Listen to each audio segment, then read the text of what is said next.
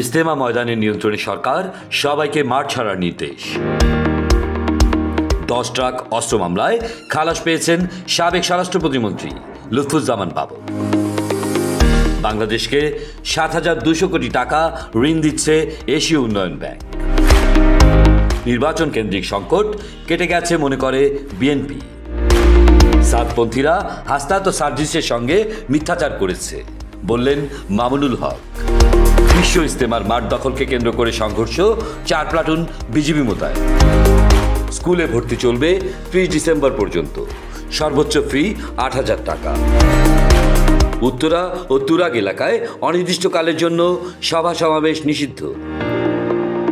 পুতিনের সঙ্গে চুক্তিতে জেলেনস্কিকে প্রস্তুত থাকতে বললেন ট্রাম্প। 6 বছর পর ক্যারিবিয়ানদের বিপক্ষে বাংলাদেশের সিরিজ জয়।